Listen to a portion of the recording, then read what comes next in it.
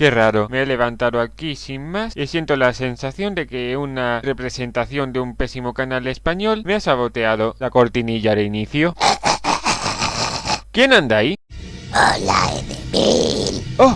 ¡Mierda, Inco! ¿Cómo es que has adivinado mi nombre? Bueno, tienes forma de mierda y el olor a tufo no se te quita. Dime, ¿por qué me has traído aquí en medio de la noche y al parecer no puedo teletransportarme de nuevo a mi hogar? Porque debes reseñar mi obra maestra Tadeo Jones 2 y no podrás volver hasta que hagas la crítica completa, pues te echaré un mal de ojo y hasta que no lo hagas no podrás salir de aquí nunca más. Oh no, pensé que este día nunca llegaría. Estás aquí porque he visto que eres el único granadino que no ha disfrutado de mi obra maestra Tadeo Jones 2. Querrás decir colosal pedazo de mierda Tadeo Jones 2, porque estoy claro de que ninguna persona normal sería capaz de pagar para ver semejante borrio audiovisual. No te creas, aquí tienes la noticia de que ahora es la película de animación española más importante de la historia. ¡Maldita España! Muy bien, y supongo que me intentarás torturar con esta borrio audiovisual. Correcto. Muy bien, terminemos esto cuanto antes. Señoras y señores, esto es Tadeo Jones 2, el rey de los ladrones. Es el rey Midas. Me la suda. Este borrio de cinta audiovisual comienza cuando la arqueóloga, que tiene pinta de puta barata de la anterior entrega, descubre un artefacto misterioso en el agua, mientras son observados por el malvado padre de Aladín, el cual, en vez de hacer lo que un villano competente haría, es decir, atacar a su presa y secuestrar a la chica, decide matar a su esbirro moro, que parece un diseño descartado del moro de Aladín. Tras esta escena de muerte gratuita porque sí, aparecen los créditos de inicio de la película, y cuando estos terminan, la película hace una extraña transición desde la boca de nuestro odioso protagonista, el cual, por alguna extraña razón, aún lo contrata como obrero. En esta escena se nos revela que 4 años han pasado desde la odiosa primera parte, que nuestro protagonista odioso va a ir a Las Vegas, y que allí se le propondrá la zorra barata de Sara, la cual lleva como 4 años también sin verle. También mencionan que está estudiando arqueología, pero es un dato irrelevante ya que aparte de esa escena y una poca más, no lo vuelven a mencionar durante el resto del filme. Eso lo hemos hecho para hacer a nuestro protagonista más simpático.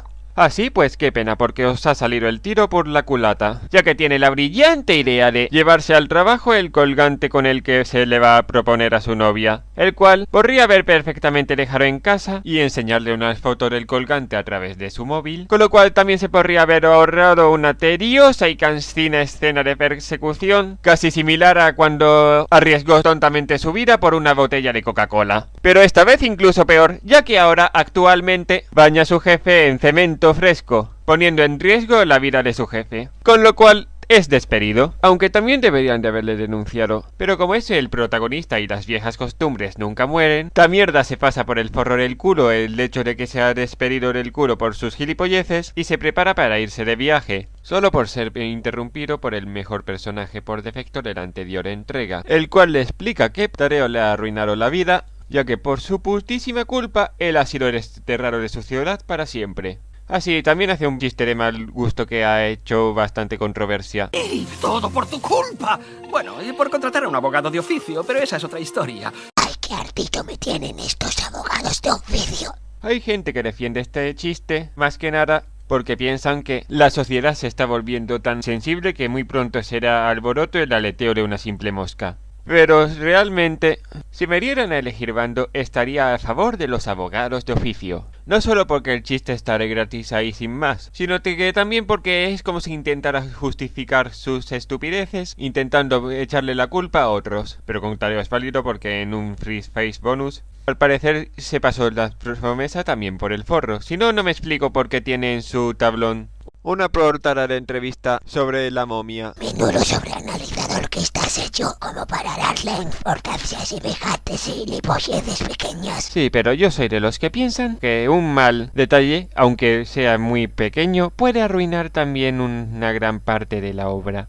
Teniendo esto en cuenta, ¿cómo creéis que reaccionaría la momia al encontrarse con la persona que le ha jodido su vida? Pues prácticamente se hacen amigos de repente y se van todos a Las Vegas. ¿Cómo no? Total, que llegan a Las Vegas, se nos presenta Linda de Río, No, en serio, es Linda de Río. Sí, tendrá la cara más redondeada y algunos pequeños detalles de sobra, pero prácticamente es casi el mismo puto Morelo. ¿Qué tan bajo debes de caer como para plagiarle el Morelo a una película que encima ha salido en los últimos 10 años y aún es algo conocida? ¿Pero qué dices? Es mi personaje original, Tiffany. No me la robéis. Entiendo. Siguiendo por mi punto, se reencuentran con su novia y con el pájaro de los Angry Birds. Todo esto mientras la momia le da el síndrome de Jar Jar Binks y le da por hacer estupideces, haciendo que nuestro protagonista tenga que encerrar constantemente o llamándole la atención, muy para su disgusto personal. He de aclarar que durante la mayor parte de la película la interacción entre estos dos personajes van a ser prácticamente que la momia va a hacer lo que le salga de su miembro viril,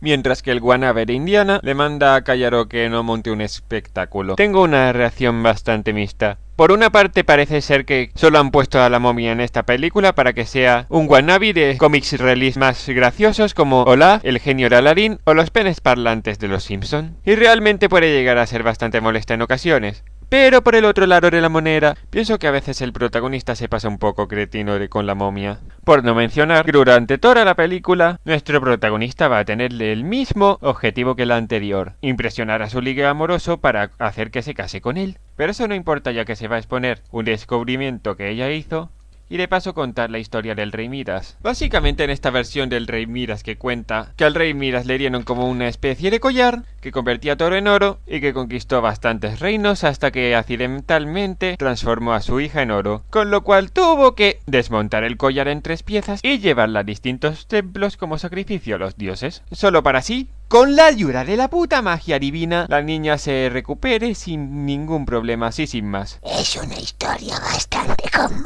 ¿Tú eres retrasado? Pero es mi propia versión del cuento del... Una versión que es bastante lamentable. En primera, el Rey Midas en esta versión actualmente tienen control sobre lo que puede y no tocar en oro, a diferencia de la mayoría de las otras versiones que existen, con lo cual no pasa la penuria de pasar hambre. Y aparte, le podría haber explicado perfectamente a su hija que cuando llevara el collar que no lo tocara. Digo, sabes que es un objeto bastante peligroso y que has matado a cientos de personas con ello, con lo cual es de sentido común avisarle a tus familiares de que no te toquen a no ser que seas realmente un estúpido idiota. Así que ni sacrificios ni nada. Esto es lo que pasa cuando tienes un arma y la usas como no es debido. Punto y final. Sin embargo, su paupérrimo discurso del Rey Midas es interrumpido por los villanos de esta película, los cuales, al pesar de hacer un gran alboroto y escándalo social, logran con éxito secuestrar a la ramera, cuando perfectamente podrían haberlo hecho cuando estaba sola y desprotegida en medio del mar. Terminaron aún por intentar hacerse el héroe y conquistar el amor de la mujerzuela. Linda, un wannabe de Indiana y la momia se deciden irse a Granada a buscar pistas sobre dónde podría estar, no sin antes hacer otra paja histórica por el camino. En fin, que los 3 sujetos estos viajan a Granada mientras que el villano de turno sigue matando gratuitamente a sus esbirros mientras intenta saber más cómo localizar las demás piezas del artefacto místico. Una vez en Granada, contratan a un taxista sevillano. Otra vez nos han robado el partido. ¡Sí, es que taxi! ¡Lo que sí, Brenda! ¡Vamos adentro! En serio, pésima decisión por parte de los directores de esta película, el darle un acento sevillano. Pues a los granadinos les molesta mucho ser comparados con Sevilla, y aparte tienen una gran rivalidad por estos, más que nada por quien controla la Alhambra, pero como esto solo pasa en el doblaje español, es un argumento bastante válido como para criticarlo. Pero eso sí, la momia decide por así volverse trapito, poniéndose un traje femenino sevillano. Obviando chistes fáciles que podrían herir a la sensibilidad del colectivo LGTB, pienso que esta es una oportunidad desperdiciada de poner el vestido regional granadino en vez de poner el típico traje de flamenquito barato de Sevilla. No te quejes tanto, que estamos encima dándole publicidad a tu ciudad. Aparte, ahora viene una asombrosa escena de persecución en las calles de tu ciudad, las cuales hemos recreado con orgullo y satisfacción. He de admitir que como ciudadano del centro de Granada, las calles están bastante bien recreadas. Al fin dices algo bueno sobre esta película. Es una lástima que transcurra en una aburrida y tediosa persecución, donde puedo tomar el mismo argumento que dije en la anterior entrega de que los protagonistas son unos hipócritas por robar cosas de los demás y luego quejarse de que grandes corporaciones roban. Así es, no me he olvidado de ello. Mientras ocurre la persecución, se nos revelan las motivaciones del villano, la cual es la motivación más antioriginal y cliché que se lleva haciendo desde los tiempos inmemorables. Ese grandioso poder, ese poder de los dioses, el poder para dominar el mundo.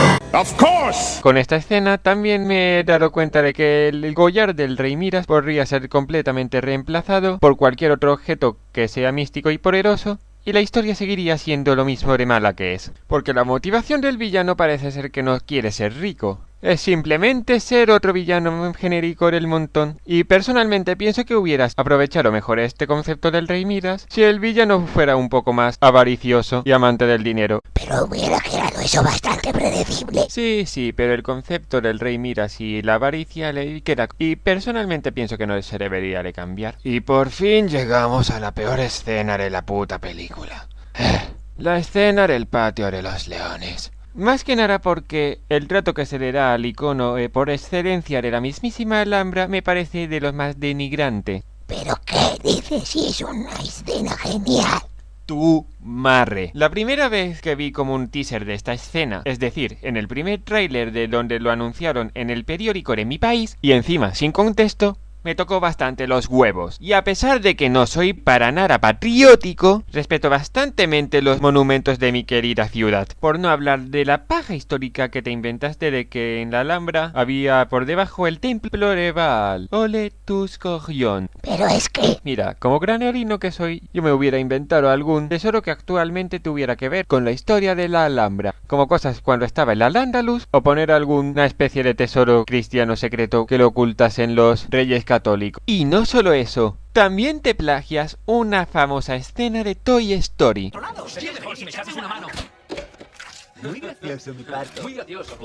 es un homenaje.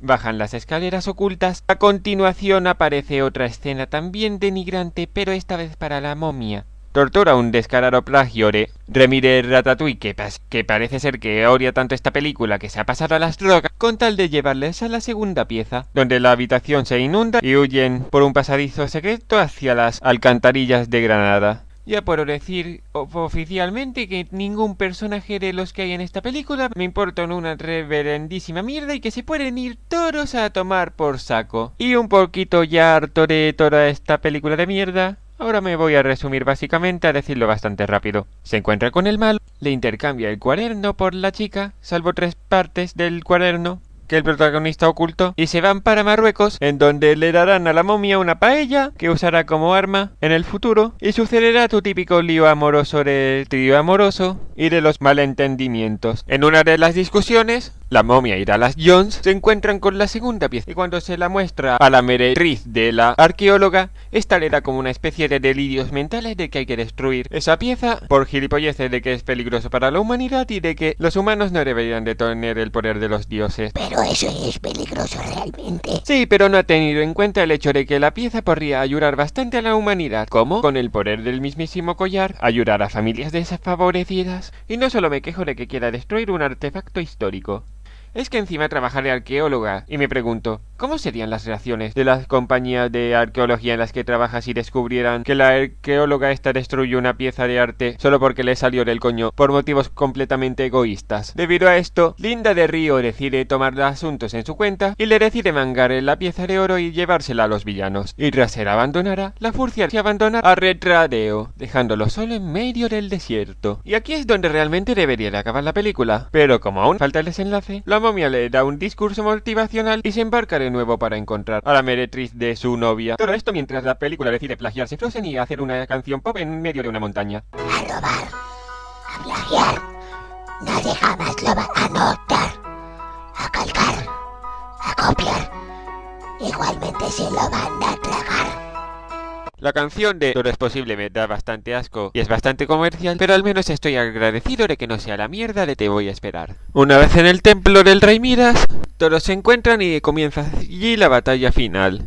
No sin antes que el villano mande al protagonista a coger la última pieza, y este, en vez de aprovechar su última oportunidad de ocultarse la pieza y hacer como si no estuviera ahí, y se hace el poseído pero falla, resultando en el que el malvado obtiene las 3 piezas y se devuelve OP. Y en donde en esta batalla morirán bastantes personas, entre ellas una obesa mórbida que tenía la pinta de que se iba a cambiar del lado de los buenos de un lado para otro. La batalla termina con los héroes ganando Y al parecer... No puede ser. Se han plagiado el puto final de Frozen. Dios, es que es literalmente la misma escena, pero 500 veces hecha peor. ¿Pero qué cojones estás diciendo? Yo no veo nada de Frozen por aquí. Una persona muere de forma petrificada y que gracias al poder del amor verdadero vuelve a la vida. Y mientras que Frozen intentaba ser innovadora y decir el mensaje de que no necesitabas un miembro viril para demostrar amor verdadero, aparte de también justificarlo por los poderes que tiene Elsa, en esta película parece que es un puto Deus Ex Machina salido de la nada, aparte de que el motivo del por qué ella resucita es estúpido. Más bien parece... Es una mierda sin igual. Me voy a suicidar y me voy a quedar aquí. ¡Qué gran ejemplo para los niños! No me resulta gracioso el hecho de que la película animada española más exitosa de la puta historia se plagia la película de animación más exitosa de la historia. Así que finalizamos la historia diciendo que todos se vuelven felices, salvo la momia, la cual vuelve a su ciudad estúpidamente, resultando en que la detengan y se quede allí purriéndose por el resto de la eternidad. Fin. Por fin ya he terminado de criticar esta puta mierda. Qué ganas ya tenía de que se acabara. Y aquí termina esta abominable y pésima película de animación, garante de toda originalidad y creatividad. La verdad me sorprende porque dice algunas personas que Emoji Movie es la peor película animada de este año, cuando tenemos por encima un ser que plagia descaradamente escenas famosas de otras películas animadas, bastante conocidas. Ya estoy harto de que me acuses de plagio. Pues yo estoy harto de que plagies siempre. Pero yo no plagio, yo hago contenido original. Tan original como esa canción de Frikis vs Chungos que se parece demasiado a esta canción de Los Simpson. ¿Y qué me dices de esos chistes que te has plagiado de Padre de Familia y Los Simpson, en Aida? Por no hablar de todas las películas de live action que te plagias que son éxitos en otros países. Sí, ya veo por dónde van los tiros. I'll steal it! No one will ever know! No one will ever know! No one will ever know! Es que hay que apoyar la cultura española. Es que no la entiendes. ¡Apoyar la cultura española! ¡Qué gracioso! Me lo está diciendo el mismísimo Isis de la cultura española. Si no, no me explico por qué tiene tanto éxito esos programas de mierda de cotilleo, con problemas tan primermundistas que me dan hasta vergüenza vivir en este país. Hablando en serio, miremos los Goya de este año y decidme, aparte de Tadeo, ¿habéis oído hablar de alguna de estas dos que hay en pantalla? ¡Claro que no! Porque mientras que Tadeo Jones es el niño mimado de la animación de española y le dan toda la publicidad y todo el merchandising en bandeja de plata, las demás compañías españolas de animación apenas intentan sobrevivir. Es decir, se gastan el dinero al subnormal para luego que la película sea prácticamente olvidada. Ni siquiera los cines intentan apoyarlas. Sí, pero lo vamos a ganar. Vais a ganar por efecto porque es la más conocida de todas y las demás no la ha visto ni su madre. Al menos es representar a tu ciudad bien. Para nada.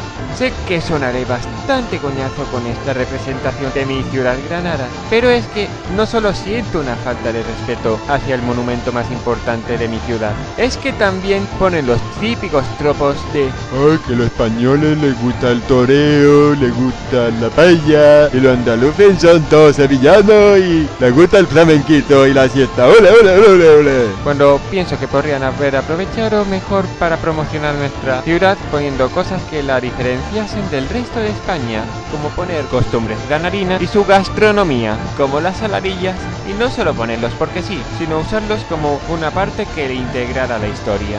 No has tenido en cuenta una cosa. Tu crítica no ha servido de nada. Porque de todas formas me he convertido en la película española más exitosa de la historia y voy a tener tercera parte. Por no hablar del musical que se ha estrenado en este diciembre. Oh, un musical, me recuerdas a Little Cars. En fin, que le den por culo a todo. Esta película merece un 1 de 10. Esta película es como una de esas manzanas que se ven bien pero luego están bastante podridas por dentro. Por alejar de la reseña, léale a su hijo algunas de las maravillosas historias originales de la Alhambra que se cuentan por bastantes generaciones, o de paso puedes mirar el mejor anime andaluz de la historia, Bandolero. Y con esto se despide Lord Enemy hasta otra reseña. No puedes irte ya, aún no has acabado. Claro que ha acabado, y ha dicho todo lo que tenía que decir. Pero tranquilo, ahora mismo va a venir bastante gente a hacerte compañía, y tal vez te sean algo familiares, pero ese no es mi problema, y me parece que quieren pelear contigo, porque están hartos de que les plagies siempre. Aparte, ya he subido esta reseña a YouTube, con lo cual todos sabrán ahora de los plagios que haces, así que estás jodido. Por cierto, menudo movimiento rastrero el que has hecho en otros países, cambiándole el apellido a tu protagonista. Es como si allí no tuvieras protección y allí te pusieran petar el culo por el copyright. Va, no lo habrás dicho en serio. Total, ¿qué poder tiene un youtuber en estas alturas? A pensar en ideas para la tercera parte. Tal vez ponga un hijo molesto, o visite Japón, o tal vez incluso podría poner un condón amarillo de los Simpsons. ¡Al fin te encuentro, perra plagiadora!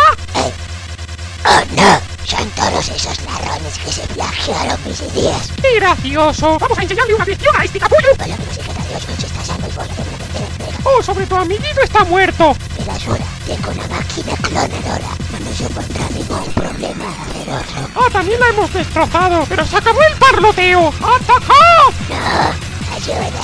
Sois anti-españoles. ¡Anti-españoles!